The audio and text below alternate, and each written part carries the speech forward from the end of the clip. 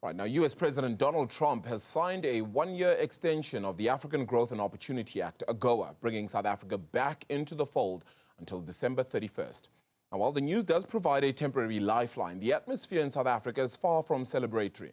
The extension is largely being viewed as a technicality that has been neutralized by a new aggressive U.S. tariff regime. Let's chat about this with Chief Economist at the Agricultural Business Chamber of South Africa, that's Wandile Sihlobo. Wandile, good to see you, good to chat to you. I mean, wow, we're still in the office on a Friday evening. I guess somebody's got to do the work. U.S. extending AGOA.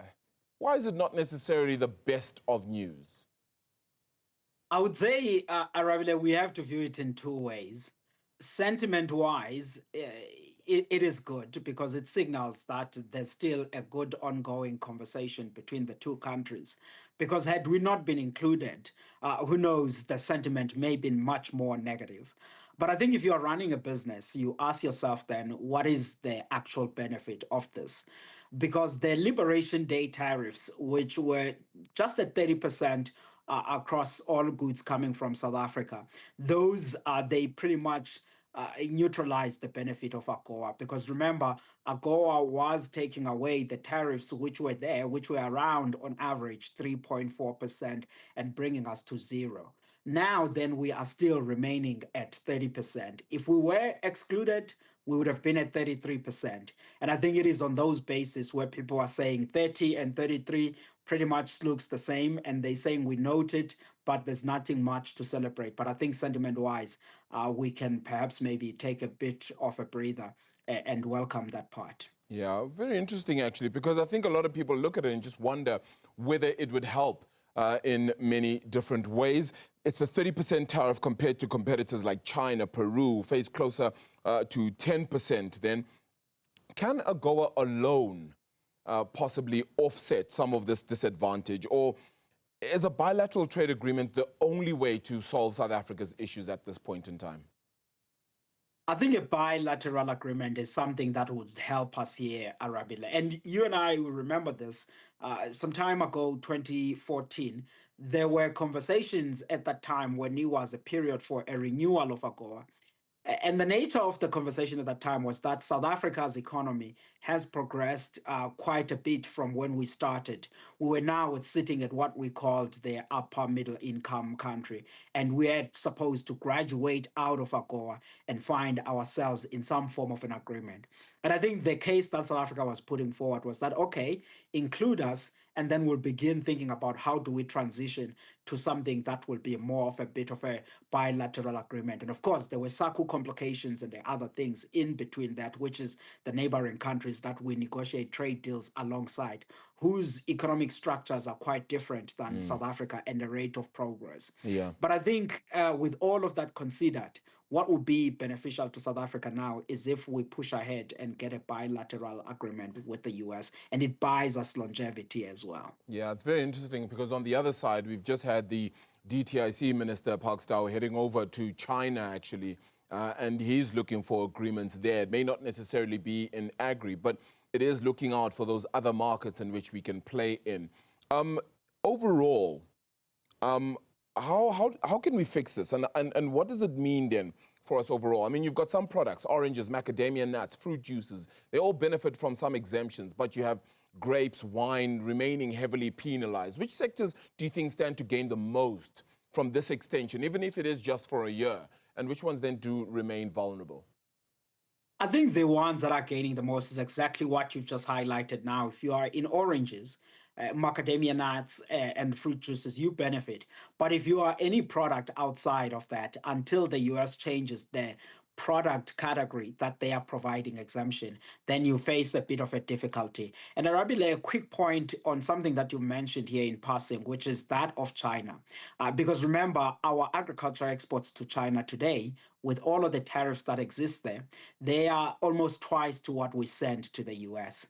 And China on itself, we were facing a range of tariffs there. If you are in wine, you are facing between 14 and 20% tariffs, macadamia 12% tariffs. Now with opening up of the conversation, and of course the tariff lines are yet to be discussed on which ones will be zero rated on duties. we could find ourselves entering solidly in the Chinese market, which offers then another avenue of diversification. But again, not to substitute the US, but to account for more volume that will be coming on our side. But certainly in the US, we have to find a bilateral agreement.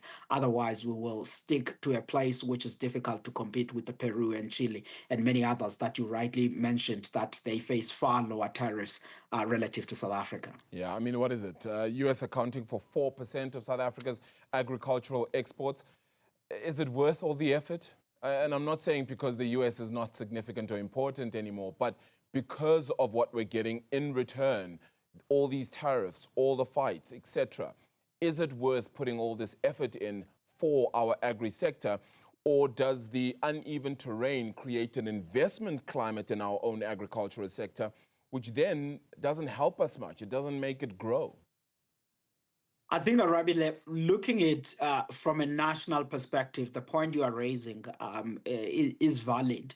But the minute you look into this from a regional perspective, you begin to get a very strong yes from me. Because if I'm farming in the Western Cape in Citrusdal area, I'm big in the US. If I'm in the southern parts of the Eastern Cape, all the way through to the Garden Route, and I'm farming there some ostrich, a double digit of my products go to the US. Similarly with table grapes in the Northern Cape and the others. So it is worth it for those regions of South Africa. And I think that we have to power through and see if we can get that diversification. But not only just focusing on the US, Arabile, I do think that a case must be made to say Canada and broadening that North America part, especially for our table grapes, is something to expand to, while at the same time, of course, exploring Asia and the greater part of the Middle East, which also promises quite a growth for the exports. You know, it's very interesting when we start speaking about other markets, especially markets that may have an issue or something of concern with the United States. The big worry becomes whether the US will actually get a little bit angry at that, or will spark the ire of the United States, and that's why we should be very careful when we tread on the likes of Canada, et cetera, et cetera. Should agricultural diplomacy, do you think, be separated then from broader geopolitical disputes, especially when it comes to understanding what is it that each economy needs and ensuring that those are given? I mean, it's one of the key reasons why the African Continental Free Trade Area Agreement doesn't sometimes work as well as we'd like it to. Politics gets in the way. Unfortunately, Arabile, as you and I know, these things cannot be separated because ultimately agriculture is part and parcel of the economic muscle of every country. And I think that ideally you would say food and food trade must not be part of any of these complications. But we know that that may not happen. I mean, the United States themselves, they know it well with China when they began having their own complications with China, and China started saying, look, I'm going to impose tariffs on your pork and your soybean. They felt that back at home on their side. And I think that it would be difficult to separate it. But the point in South Africa that we really have to push forward is that we must open as many markets as we can so that we have a bit of a diversity. I've been inspired looking at Prime Minister Narendra Modi, as well as what India has been able to do. They've cut more than around about 4 trade deals between mid 2025 and until to today. And I think that they are on the way. They are talking now to Canada and others. And I think what we are beginning with China, if then we can take that same spirit, have a conversation with India, because it will benefit us in farming in some of our sectors, and of course extend that to Indonesia, Vietnam, and the others, where the president and the higher leadership of this country had actually visited last year. All of those countries, they went to hold a great potential for expanding our exports to. That's actually one interesting point then to raise, Wandile, because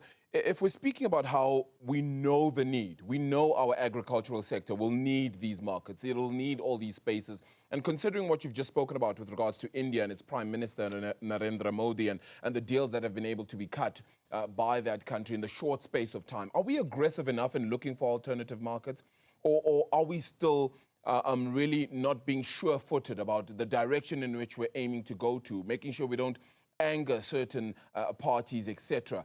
Are we not looking in the right direction? Are we not aggressive enough? I think, Arabile, you hit the nail on the head to say we were perhaps maybe a bit more cautious when we were talking about the trade aspect in South Africa. And perhaps maybe rightly so, because we do have our own complications, which is that we cannot purely negotiate bilateral trade agreement as South Africa and a particular country.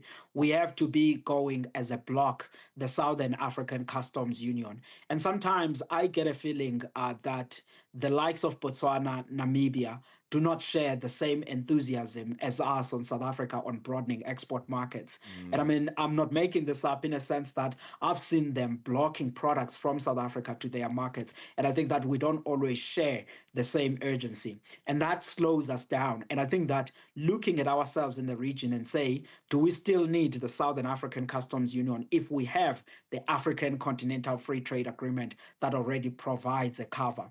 And then I think once we have that discussion also, we can then begin to see how does South Africa also reform this regional bloc so that we can be able to sign the bilateral trade agreements by ourselves. And I think in the process of that, we can achieve much more success. And lastly, I do think that there's something we can do by looking inwards, both in businesses that are in manufacturing and those that are in farming and mining, as well as within the Department of Trade and Industry, and say, do we still have the capacity of trade negotiators and trade analysts that we had in the 2000s? My sense is that our capacity this time around is far less than what we had in the early 2000s, but we need more capacity than we had in the early 2000s because the world is changing right before our eyes. Yeah, listen, be careful, Wandile. You're asking and you're talking about legacy issues here. The Southern African Customs Union is the oldest customs union on the continent. So there are many legacy issues that may be at play before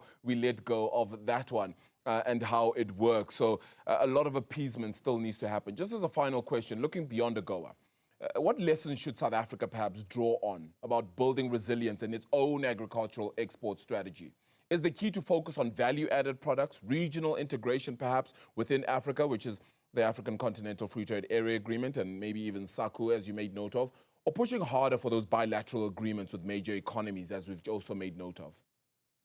I mean, Arabile, in 2023, I published a book titled A Country of Two Agricultures.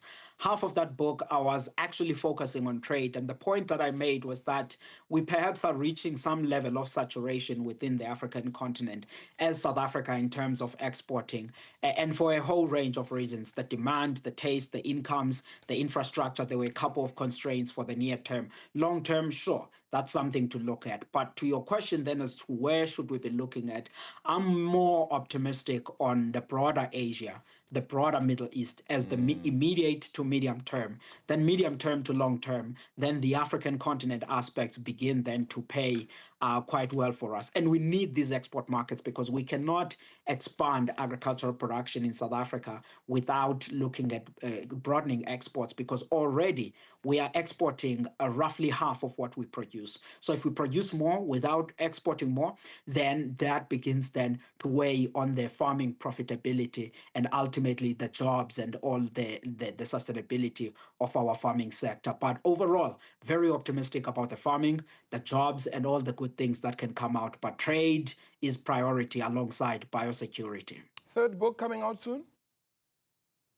Absolutely. Yeah? Okay. Looking forward to it. I need a signature on this one. I've got the other two. I still need a signature on this one too. All right. Wandile, thank you so much for the time, but appreciate it.